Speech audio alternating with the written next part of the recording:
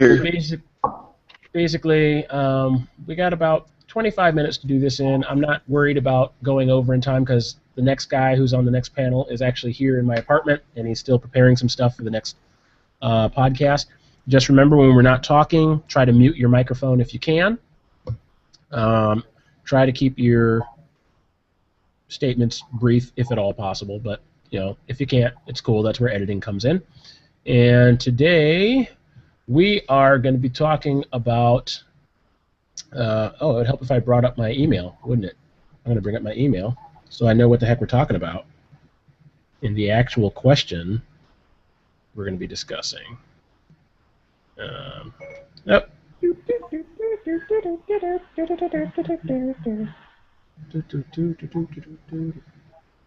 Okay, and back, and Jacob Sessions, and sent, and okay, this Sunday. Sunday. Okay, so today we're talking about the idea of being offended. Kind of this culture that we live in is, at least I've noticed our culture, whether it's American culture specifically, or world culture.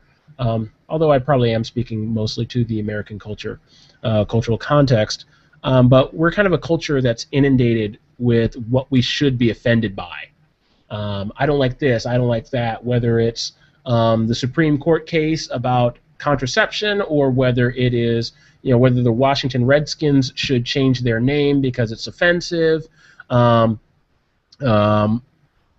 We're living in this culture that's kind of inundated with what you should be offended by and what that means for what we should fight for.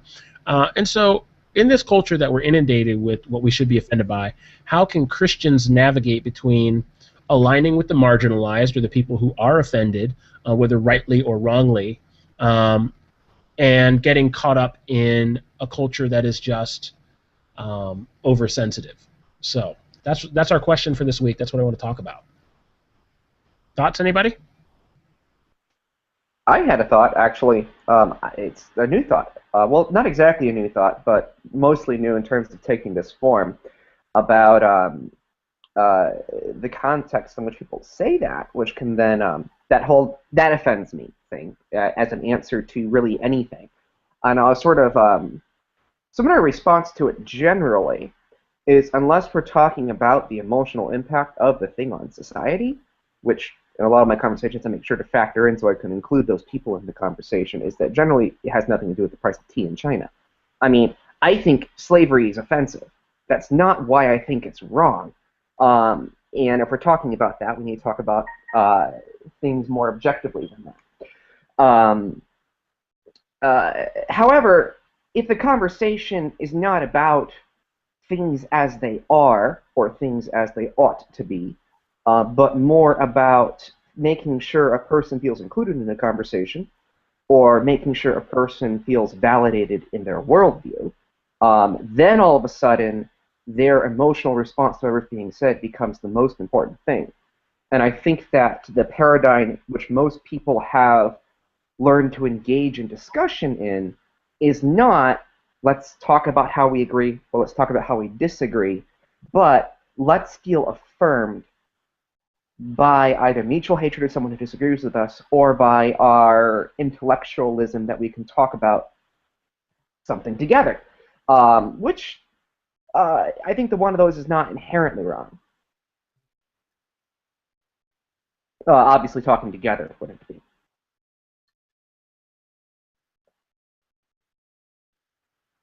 Yeah, I think there's something to be said for something maybe not being, I don't know, when people get offended about things and you think, well, that's not really a big deal. And I am saying this coming off a week of summer camp where I'm, around lots of teenage girls. And a lot of the things as a teenager that you might be offended by, I, as, a 31-year-old woman, am like, okay. But the thing is, to them, it is a really big deal, and they are genuinely offended. They have very real feelings about that, and to them, it is worth having a long, elaborate, high-pitched discussion about.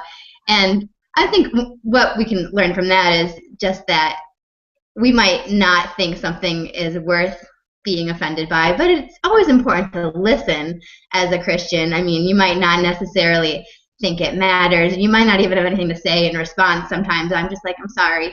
I'm sorry you feel that way. I'm sorry that upsets you. But it's important to listen to people.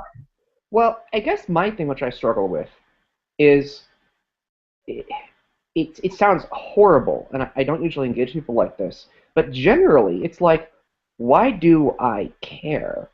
Like, what you're coming to me to tell me how you feel, oftentimes basically a stranger, and it's like, why do I give a flying flamingo how you feel about it? That could make you glad, and I don't care. I don't say that, but it's like the person who comes in and wants to spend 3 months telling you their innermost thoughts, feelings, and desires, and it's like, when did that become important? We weren't talking about your hot rod, which is something which regularly happens when I'm talking with other male coworkers. So, yeah. I think that there's a time and a place for affirming people, and a time and a place for conversations about affirmation and about feelings. But if the conversation is not about that, it's not right to usurp it, I think. I think, I think one of the things... Go ahead, Cedric. okay. I think on the whole subject of being offensive, or is it? Sorry, this is part of me getting edited out. But what's the original question again? I need to start writing notes now. The original question is, in a culture inundated with what we should be offended by, how can Christians navigate between aligning with the marginalized and getting caught up in an oversensitive culture? And I think the way we've started talking about it is how people tend to be offended. Okay. I think on on how people tend to be offended and stuff. One thing about this country, and I think one of the reasons why it's become so like a culture of well, you shouldn't say that because you're going to piss these people off or you're going to make these people angry, is the fact that the United States has so many different cultures, and different cultures have different opinions. Like some cultures think partying is great. I'm just giving an example. I'm pretty sure that's not true, but some cultures think that one thing is great, and then another culture will think that if you eat all your food but you don't burp, that's offensive. And we've become so used to like being constant diplomats that that's where this whole culture of offensive is, where this whole culture of trying not to offend people comes from. And I think as far as like how should Christians live in this culture, it depends on like what the message of Christ like if I accidentally do something that offends someone, is me standing by this worth? Like, is it gonna inhibit the message of Christ to this person? Am I gonna communicate Christ himself to this person, like his true nature, or am I going to like completely push him away from the gospel for that? And not that's probably bad theology about me pushing somebody away, but still Christ says to be like a flavor and be like him. And there's times in the Bible where God was pretty offensive. Like he called Herod a fox and like took a whip and beat the tax collectors and stuff, and I'm pretty sure that was offensive to them. But this affects me emotionally. Please stop. But like that was like something that was very necessary and like it needed to be done. So a lot of like I guess how Christians should live in it is by discernment. And yeah. Yeah, I think it's weird. I've seen this culture of offense grow more and more and more as I've grown up, and we create this culture of safety. And sometimes we jokingly say things like, oh, you know, look at the playground. When I grew up, I got on the swings, and underneath the swings were a bunch of rocks. And if you fell off the swing, you were just going to be bloodied and bruised. And now our kids grow up, and they've got these little pieces of rubber, so that if they fall off, it's like, boop, oh, I bounced right back up. I'm good. And so, you know, we don't want to hurt anybody, but then that translates into the whole self-esteem movement. You don't want to hurt anybody's feelings.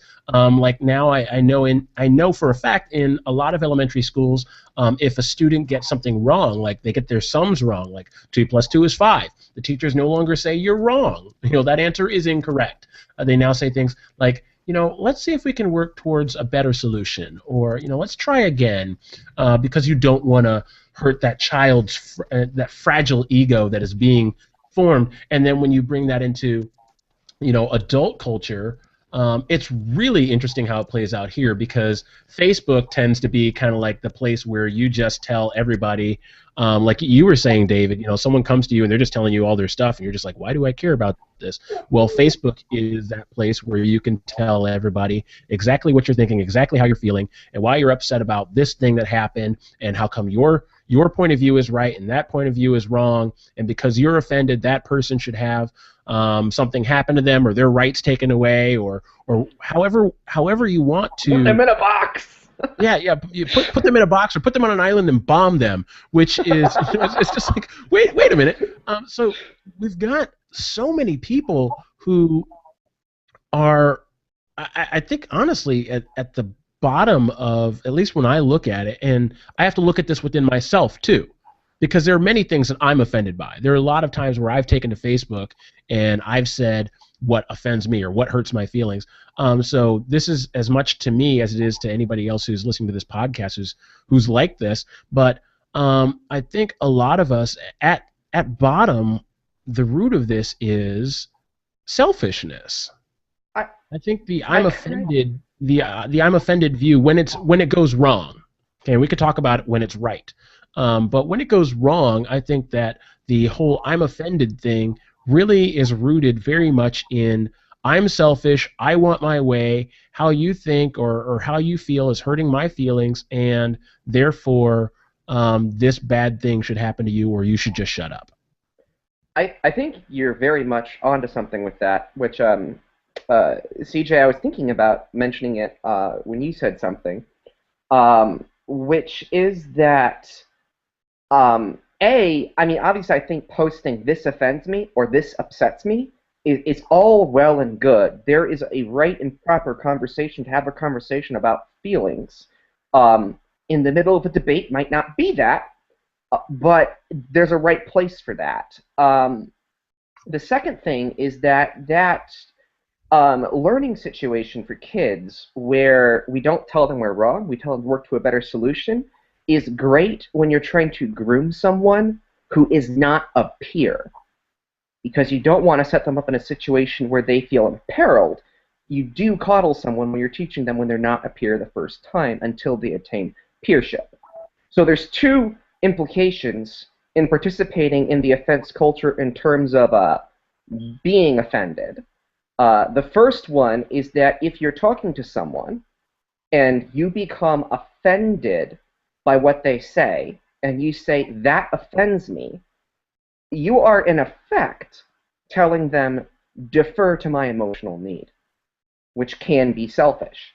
The other thing it can be is it can be immature. You can be, in effect, declaring, "no longer treat me as you would a peer. Treat me as you would a child," which, with a lot of people, that's the most upper end of. I don't tell them what I think. I don't tell them that they're wrong. The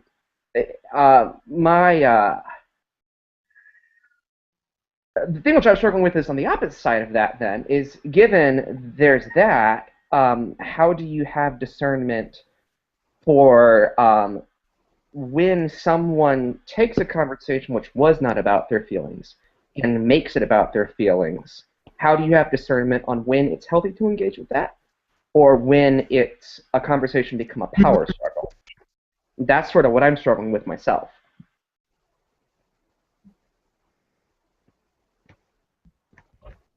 I think it's interesting that we're talking about how oversensitized we are, and like as a culture, and I feel like so much, like more often in the past, I've talked about how desensitized we are, and that is just interesting. That's right. I think we talked about a few weeks ago where you wanted you want the president and the girl from Scandal to work it out, Yeah, and exactly. Yeah, you're exactly. desensitized to that, right? Exactly, and it's so interesting that I just think it's worth looking at. Like, what there are some things that we're just so hyper oversensitive about, and other things that we're desensitized about. And I don't know.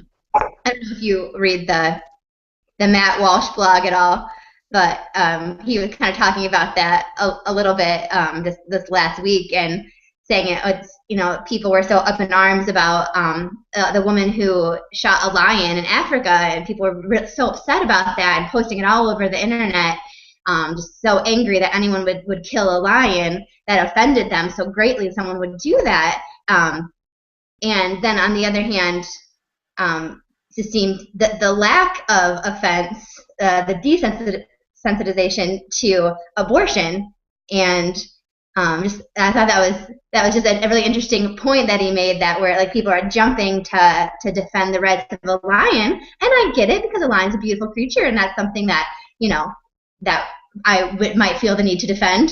On the other hand, it's really easy for me to say I'm offended that she shot that lion, because what am I going to do about it? I'm not going to I can sit here on Facebook and type all day how much I hate that lion got shot, but I'm not going to fly to Africa and throw myself in front of a lion to save its life.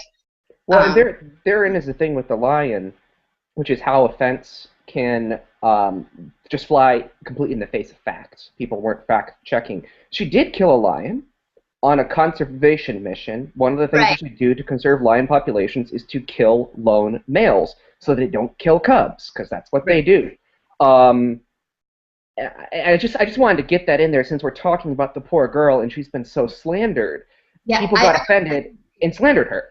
Yeah, exactly. Got so offended without actually knowing that, there's actually an argument to be made that she did a really good thing there, and that she's not just a monster out to kill wild beasts because she hates life. But just the people were so upset about it. I don't know about you, but my newsfeed was full of people being upset about that. And on the other hand, here's the interesting thing about things like that. Like, if it had been a group of African warriors with spears standing around a dead lion, nobody would have said anything. But there's this beautiful white girl, blonde hair, blue-eyed cheerleader, and she happened to go on a conservation mission and kill a lion. And so there's a terrible thing. What I find interesting, and I don't want to make that about race, but let's be honest, very different views on things based on skin color sometimes. That kind of is. I do think that people just get bent out of shape over things that they really don't even care about. Like, who woke up that morning was like, you know what the worst thing that could happen to me today is if I found out somebody killed an innocent lion. That would really just get my goat. And so somebody sees this picture and somebody else is mad, and somebody else is mad, and somebody else is mad, and then that gets transferred to you. Yeah, I should be angry about this. I should be very upset about lions. And I've never once cared about lions beyond Simba losing his dad because Scar threw him off of a cliff. I've never thought about the lions beyond the Lion King, right?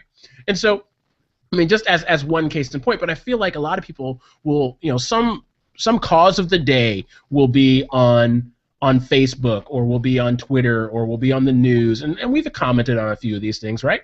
But there are certain things that people are offended by and get so bent out of shape beyond just commenting on something. Like, sometimes we'll find stuff and we'll be like, hey, let's talk about that. This seems interesting. This woman thinks it's okay to have affairs. Let's talk about that. That sounds like something interesting for us to talk about. But then there are times where people are just deeply upset and bent out of shape and want to physically harm someone if they could and get away with it.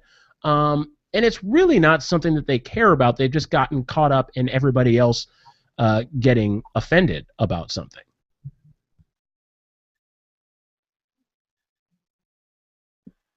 Did you guys see that thing on Facebook where they did the social experiment to determine if negative emotions could be transferred through online media? Yes, and it deeply offended me. It deeply offended me. I mean, that's basically what we're describing here. Is you have emotional reciprocity. This person gets offended. I agree with what they're offended by. I wonder if it's that emotional affirmation thing. If by affirming someone's feelings, the way which that's tended to be done in the society is by co-ruminating those feelings. and then, if, of course, you don't co-ruminate with the feelings and you contradict that, then you would be causing a problem, potentially. Sorry, I'm thinking about this purely academically at this point. I'm thinking of a lot of it has to do with how we are social, like we're a very social species, and part of why being offensive or being offended seems so hurtful to us because it's kind of, to me, kind of feels like you're being kicked away from the fire and then thrown to the lions. And which is okay as long as there's no white girls involved with the lions.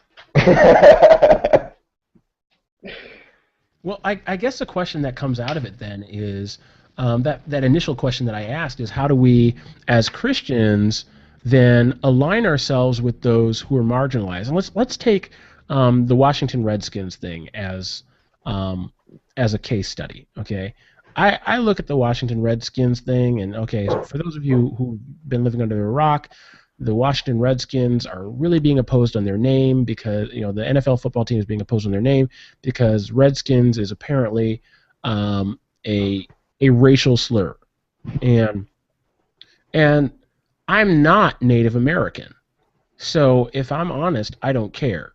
My thought is, it's been called the Washington Redskins for so long. Why is this now an issue? However, I'd be upset if there was, you know, the Washington Negroids, and it had been Negroids up until now, and it's only now just becoming an issue. I'm now the offended party there. I'm now the party for whom that brings up great emotional impact. And so while I don't personally care about the Washington Redskins and think it's even a little bit silly, I think that because it doesn't affect me in any way, shape, or form. However, it's been an ongoing thing for a particular group of people trying to get that name change for years. It's only now just becoming like a huge thing in the media. And so how do we then, assuming this is correct, assume that this is, you know, correct, because there are Native Americans on both sides of the fence on this particular argument. But let's say that this was correct and that the Washington Redskins should change their name. It is offensive to this marginalized group of people. How do we, as Christians, align ourselves with those who are deeply offended, deeply wounded by something that has great emotional impact, and it's correct for us to align with them? How do we do that? How do we navigate that amidst the viewpoint of popular culture? I think one way one can address the whole Redskins controversy is not say anything affirmative to keeping the name. One thing I've noticed a lot of Christians doing, especially a pastor friend of mine, is saying, like, keep the Redskins name, keep the Redskins name. And it's dumb. You know, no, I don't think the federal government should force them to change it, or they should be forced to change the name. But it's certainly a really stupid name, and it doesn't help them at all. To me, it's right on the same level of stupidity as Chief Wahoo or Aunt Jemima before she got her makeover or it's just like... I don't know if you remember... Don't mess with Aunt Jemima or Uncle Ben, okay? Do not mess with either one of those. That doesn't offend me. I'm okay. Moving on. I said like before.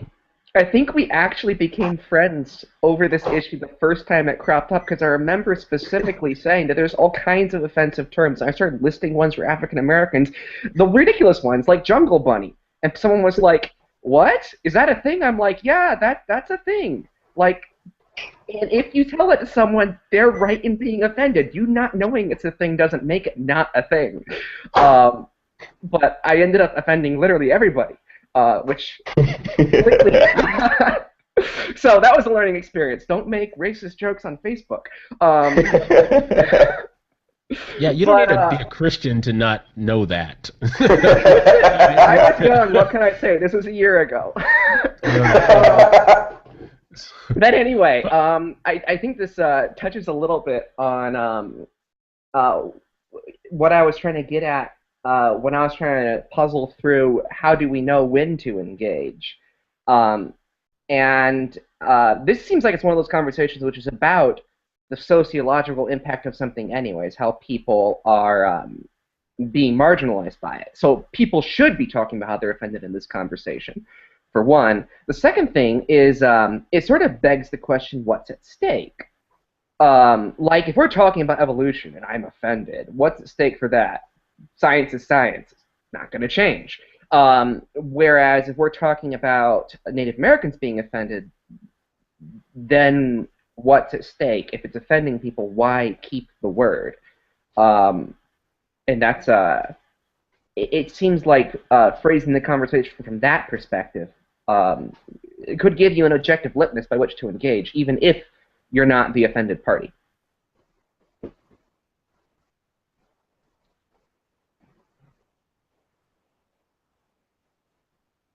And that was all I had to say on that. Kara, did you want to weigh in at all? I think I do. Give me a second to gather my thoughts. Awesome. That's normally my reaction whenever David says something. There's a million explosions going off in our mind. A cars on in the background. And You better like back away slow. Back away slow.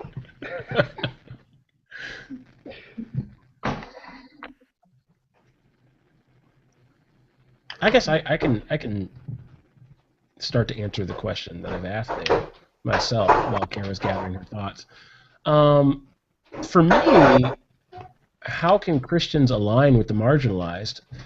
That is such a I like what you said, Cedric. I like what you said, David. I find that this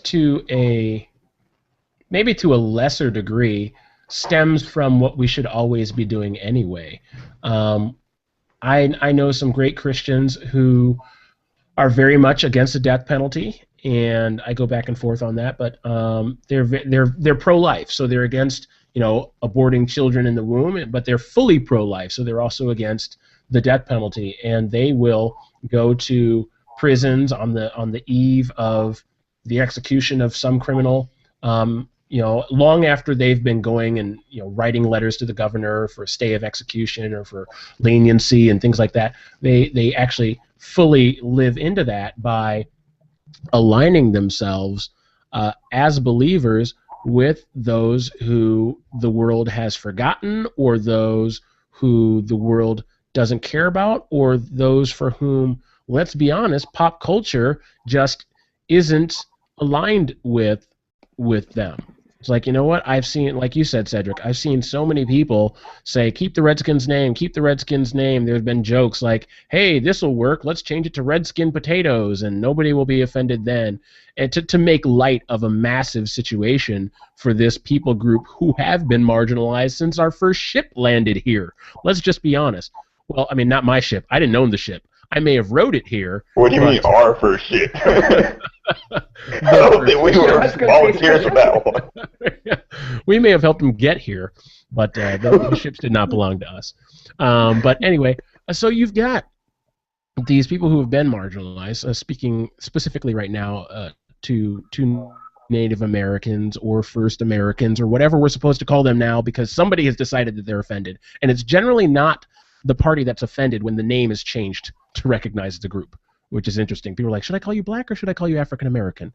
I'm like, just don't call me late for dinner. I didn't get a memo saying I had to be called one thing or the other. Maybe that's me making light of things. But anyway, going back to the original point, is you've got a lot of Christians who already align with the marginalized in so many different ways.